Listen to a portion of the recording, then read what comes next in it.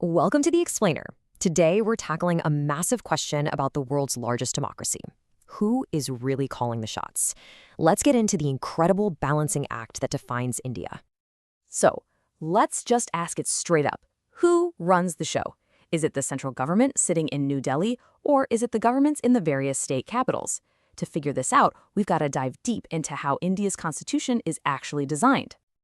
Okay, so to get our heads around India's system, we first need to talk about this big idea, federalism. The word itself comes from the Latin fidus, which means a pact or an agreement. So think of it like a constitutional deal. It sets up two levels of government that are supposed to be partners, not, a boss and an employee. So how does this partnership actually work? Well, the Indian Constitution has this whole section called the Seventh Schedule, and it literally lays out the rules of the game. It tells you exactly who gets to make laws about what.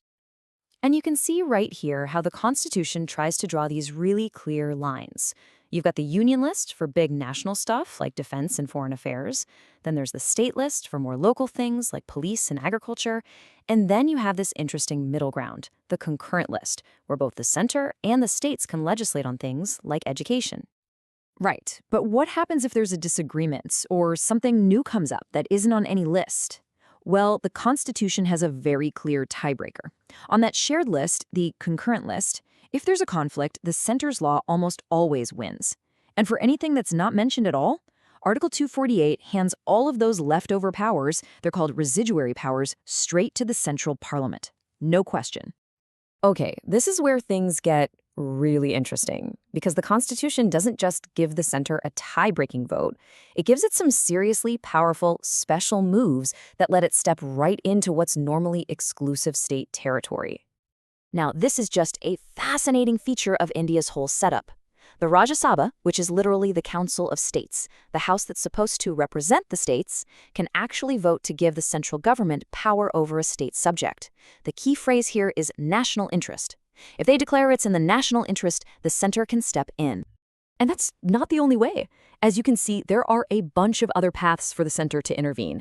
During a national emergency, for example, all bets are off. Or if a couple of states get together and ask for a central law. The center can also act to uphold an international treaty. And then there's the big one, the most controversial one, president's rule, where the center can basically just take over a state's entire government.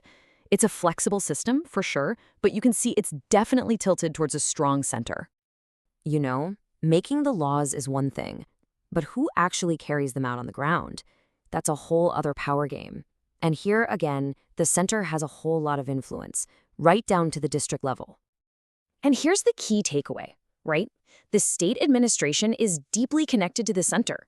The governor, who's the head of the state, is appointed by the central government. The top civil servants in the state are actually part of national services. This whole structure means the center can issue orders that states have to follow, making sure its policies are implemented everywhere.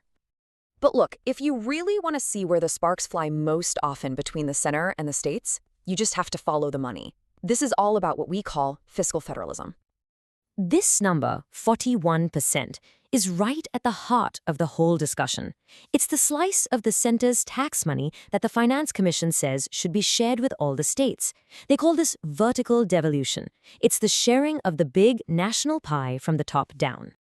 Okay, so that's the big pie. But how do you slice up that 41% among the different states? That's horizontal devolution. And as you can see from this chart, it is a really complex formula. It's trying to do a lot of things at once. The biggest chunk goes to income distance, which is a way to help poorer states catch up. But it also rewards things like demographic performance for states that have managed their population growth. This isn't a new tension at all. This quote from a major commission way back in 1983, it just nails the problem perfectly. The argument from the states has always been that the center keeps all the big money-making powers, but leaves them with the huge expenses of actually running things and developing their regions. It creates this constant state of dependency. So where does that leave us? After looking at the rules, the power plays, the money, what's the final score here? Are we talking about a genuine partnership?